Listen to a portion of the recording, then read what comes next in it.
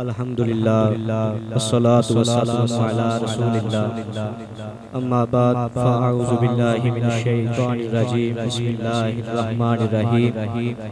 تمام احباب ایک دفعہ درود شریف پڑھے۔ الصلاة والسلام علیکہ یا سیدی یا رسول اللہ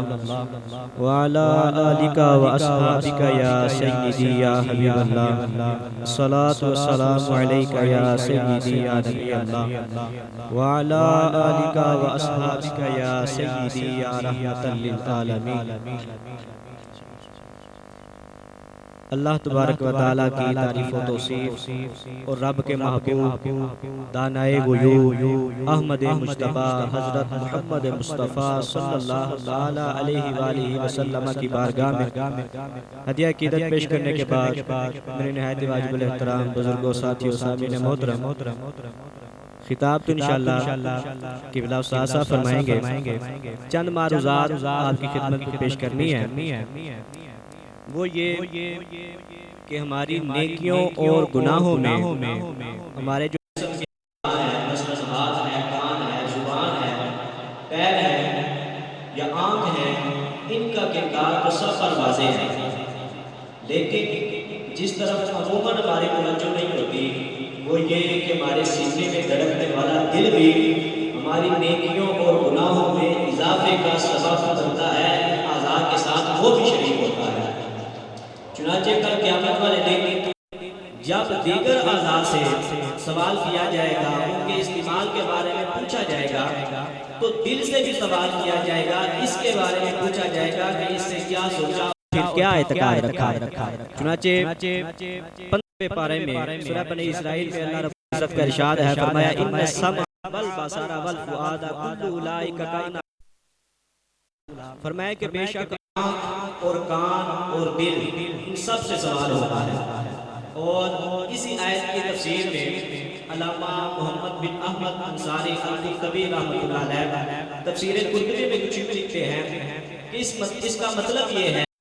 کہ ہر ایک عضو کا اس کے استعمال کے بارے میں سوال کیا جائے گا، یعنی آنکھ اور کان کے بارے میں پوچھا جائے گا کہ اس سے کیا دیکھا اور کیا سنا،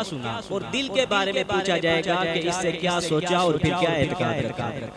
اور اسی طرح علامہ سید محمود آلوسی بغدادی رحمۃ اللہ علیہ تفسیر روح المعانی میں لکھتے ہیں، اسی آیت کی تفسیر کے تحت فرماتے ہیں کہ اس کا مطلب یہ ہے کہ یہ بات اس بات کی دلیل ہے، یہ جو آیت کریمہ ہے اس بات کی دلیل ہے کہ دل کے افعال پر بھی پکڑ کی جائے گی انسان، یعنی جب انسان اپنے دل میں کسی گناہ کے کرنے کا پختہ ارادہ کر لیتا ہے یا دل کی مختلف بیماریوں مثلا حسد ہے، کینہ ہے یا خود پسندی وغیرہ ایسی بیماریوں میں خود کو مبتلا کر لیتا ہے، تو ان جیسی بیماریوں پر اور ایسے دل کے افعال پر بھی اللہ رب العزت پکڑ فرمائے گا۔ ہاں علماء نے اس بات کی صراحت فرمائی ہے کہ اگر دل میں محض گناہ کا خیال آ جائے یا تصور آ جائے تو اس پر اس کی پکڑ نہیں کی جائے گی جب تک کہ وہ اس کے کرنے کا پختہ ارادہ نہ کر لے۔ اور پھر دل کو عربی میں قلب کہتے ہیں، اور قلب کا معنی ہوتا ہے بدلنے والا۔ اس کو قلب کہنے کی وجہ یہ ہے کہ یہ مختلف اوقات میں محمود و مذموم دونوں قسم کی کیفیات سے دوچار ہوتا رہتا ہے۔ اس کی کیفیت کو نبی پاک صلی اللہ تعالیٰ علیہ وآلہ وسلم نے یوں بیان فرمایا، کتاب مسند امام احمد بن حنبل میں یہ روایت ہے، فرمایا کہ دل کی مثال اس پر کی طرح ہے، حدیث پاک کا مفہوم کچھ یوں ہے کہ دل کی مثال اس پر کی طرح ہے کہ جو میدانی زمین میں ہو، جسے ہوائے اس کا ظاہر باطن کبھی الٹے کبھی پلٹے۔ فرمایا اسی طرح اور اگر ہم غور کریں تو واقعی دل کی یہی کیفیت ہے کہ کبھی یہ سمندر کا دریا رحمت، سمندر رحمت پھاٹے مارتا ہے اس میں، اور کبھی سختی اس کو جکڑ لیتی ہے، کبھی ایسی عاجزی کہ ایک کتے کو بھی اپنے سے حقیر نہ سمجھے، اور کبھی ایسا جو ہے وہ تکبر کے بڑوں کو خاطر میں نہ لائے، کبھی ایسا جو ہے وہ مخلص اپنا ایک نیک عمل بھی ظاہر ہو جائے تو اس پر بھی پریشان ہو، اور کبھی ایسا تعریف کا موقع کہ اگر کوئی نیک کام کرے اس پر تعریف نہ کی جائے تو پھر جو ہے وہ اس کو ملال ہو، اور کبھی ایسا صابر ہوتا ہے کہ اگر بڑی سے بڑی مصیبت بھی سے آپ پہنچے اف تک نہیں کرتا، اور کبھی ایسا بے صبرا ہوتا ہے کہ چھوٹی سے چھوٹی تکلیف پر بھی واہ بلا شور مچانا شروع کر دیتا ہے، کبھی ایسا خوف کہ تنہائی میں بھی اگر گناہ کرنا چاہے تو گناہ کے تصور سے ہی گھبرا جائے، لرزہ طاری ہو ہو جائے اور کبھی ایسی غفلت کہ بڑے سے بڑا گناہ بھی کرتے تو آثار ندامت دکھائی نہ دے، اور کبھی جو ہے وہ ایسا استغنا کہ اپنا نقصان ہو بھی رہا ہو تو دوسرے مسلمان بھائی کا بھلا کرے، اور کبھی ایسا جو ہے وہ خود غرض کہ دوسرے بھائی کا چاہے جتنا مرضی بڑا نقصان ہو رہا ہو اپنے فائدے کو ملحوظ رکھے، اس کو مد نظر رکھے، اس کو مقدم رکھے، اور کبھی ایسا حیا والا کہ تنہائی کے اندر بھی خلاف حیا کوئی کام نہ کرے، اور کبھی ایسی بے حیائی ایسی بے باکی کہ دنیا کے سامنے بھی بے حیائی کا کام کرے تو اسے شرم نہ آئے، کبھی ایسی استغنا کہ اگر جائے عزت پر باوجود اصرار بھی بٹھایا جائے تو نہ بیٹھے، اور کبھی ایسی جو ہے وہ حب جاہ اگر نمایاں جگہ نہ ملے محفل میں تو ناراض ہو جائے، منہ کھلا لے بلکہ اس محفل سے رخصت ہو جائے۔ تو یہ جو تمام تبدیلیات ہیں قلب کی، یہ ساری تشویشناک ہیں، ہمیں اس پر ہرگز کوتاہی نہیں کرنی چاہیے۔ اس کے علاج کے بارے میں علماء کے بہت سارے اقوال ہیں، لیکن اولاً تو ہمیں یہ کرنا چاہیے کہ اللہ رب العزت کی بارگاہ میں قلب سلیم کی دعا کرنی چاہیے کہ نبی امام الانبیاء صلی اللہ تعالی علیہ وآلہ وسلم کے جن کے قلب اطہر سے جاری ہونے والے روحانی چشموں سے یہ سارا عالم سے راب ہوتا ہے، وہ کچھ یوں دعا کیا کرتے تھے کہ یا مقلب القلوب ثبت قلبی علی دینک، کہ اے دلوں کو پھیرنے والے اللہ میرے دل کو اپنے دین پر قائم رکھنا، ثابت رکھنا۔ تو ہمیں بھی پہلے تو یہ دعا کرنی چاہیے اور پھر اپنے جو ہے وہ افعال پر، اپنے اعمال پر غور کرنا چاہیے، اور کبھی بھی یہ بات اپنے پلے میں باندھ لے۔ طلباء کرام سے گزارش کر رہا ہوں کہ کبھی بھی تکبر کو اپنے نزدیک نہ آنے دیں۔ یہ علم ایک ایسی چیز ہے، یاد رکھیے کہ جب تکبر کا لفظ بولا جاتا ہے تو عام فہم یہی بندہ سمجھتا ہے کہ شاید اس تکبر جو ہے یہ وہی بندہ کرتا ہے کہ جس کے پاس پیسہ ہو، مال و دولت ہو، مالدار جو بندہ ہے وہی متکبر ہوتا ہے، لہذا ایسا نہیں ہوتا۔ علماء نے بڑی ساری تکبر کی وجوہات لکھی ہیں، بڑی ساری تقریباً 8 کے قریب وجوہات علماء نے بیان کی ہیں، جن میں سے پہلی جو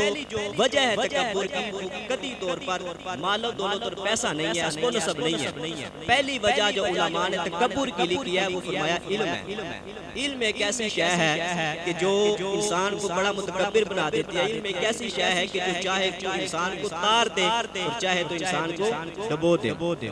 تو تکبر کو کبھی بھی اپنے پاس نہیں آنے دینا، اور دوسری چیز یہ ہے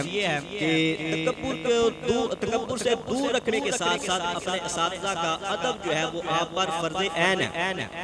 ہم جب پڑھنے کے لیے گئے لاہور جامعہ جویریہ میں تو پہلا پیریڈ ہمارا استاد علامہ طیب رضوی صاحب کے پاس تھا۔ وہ جب ہمیں پڑھانے کے لیے لیکچر دینے کے لیے تشریف لائے تو جب بچہ نیا نہ جاتا ہے تو اس کو سمجھایا جاتا ہے، اس کی تربیت کی جاتی ہے۔ تو استاد صاحب نے ہمیں سمجھانا شروع کیا، کافی ساری باتیں کی، وہ ساری تو مجھے نہیں یاد، لیکن ایک جملہ ان کا مجھے بڑے یاد ہے، میں تقریباً ہر بچے کو ہر کلاس میں سناتا ہوں۔ وہ یہ کہ استاد صاحب نے فرمایا کہ پنجابی میں فرمایا کہ پترا کار ماں نوں کدے آٹا گوندا ویکھیا؟ کہ جی ویکھیا۔ اچھا اودے وچ نمک بھی پیندا ہے؟ جی پیندا ہے۔ نمک زیادہ ہوندا ہے یا آٹا زیادہ ہوندا ہے؟ جیسا کہ جی نمک تھوڑا مقدار وچ ہوندا ہے، آٹا زیادہ ہوندا ہے۔ تو استاد فرمایا اگر علم آٹے دے برابر ہوے نا تے ادب اس نمک دے برابر ہوے اس دے اندر پین والا، تے فرمایا بندہ کسے کام دا نہیں، کسے کارے دا نہیں۔ اور اگر ادب جڑا ہے او آٹے دے برابر ہوے اور علم پاویں اس نمک دے برابر ہے تے پھر بندہ ایتھے بھی کامیاب ہے تے اوتھے بھی کامیاب ہے۔ اور پھر ایک دفعہ کوئی جنج ہویا کہ ہم کلاس میں پڑھ رہے تھے تو ہمارے استاد صاحب نے مجھے بلایا اور کہنے لگے کہ وہ علامہ اجمل صاحب بیٹھے ہیں، ان کو جا کر یہ پیغام دے۔ تو میں گیا تو ہمارے ادھر طلباء کی اصطلاح میں استاد صاحب کے نام سے پہلے استاد لفظ نہیں بولا جاتا تھا، یعنی نام لے کر بعد میں صاحب لگا دیا تھا۔ مثال کے طور پر زین صاحب یا عدنان صاحب یا شراز صاحب، اس طرح اساتذہ کے نام لیے جاتے تھے۔ تو میں استاد صاحب کے پاس گیا، میں نے جا کر سلام دیا، میں نے کہا استاد جی انور صاحب یہ فرما رہے ہیں۔ استاد صاحب نے وہ کچھ پیغام تھا وہ سنا، تو بعد میں کہنے لگے پیچھے ہو کے نا کان پکڑ لو۔ میں حیران، اب سما حال داتا صاحب جو سما حال ہے نیچے کوالیاں جہاں پہ ہوتی ہے وہاں پہ کلاس لگی ہوئی تھی ساری۔ میں حیران، میں سوچنے لگ گیا کہ میں نے کیا صاحب فرماتے ہیں پیچھے ہو کے کان پھاڑ لا. میں نے کان پکڑ لیے. تھوڑی دیر بعد استاد صاحب نے سبق پڑھایا, بلایا مجھے تو کہنے لگے کہ پتر جدوں بھی استاد دا نام لئیے نا, استاد دے نام تو پہلو استاد لانا تہاڈے تے فرض ہے. فرمایا استاد دا نام, استاد دا لفظ لان تو بغیر لینا بے ادبی ہے. انہا معاملہ اساس ہے ادب دا, اساتذہ دے ادب دا. خلاق عالم دی کلام بارگاہ دے اندر دعا ہے کہ سانو سب نو اساتذہ دا ادب دی توفیق عطا فرمائے, عالم با عمل بن کے مخلوق خدا دی خدمت دی توفیق عطا فرمائے. اور قبلہ استاد محترم سید زین اللہ عابدین شاہ صاحب, انہاں نو اللہ رب العزت صحت تندرستی والی لمبی زندگی عطا فرمائے.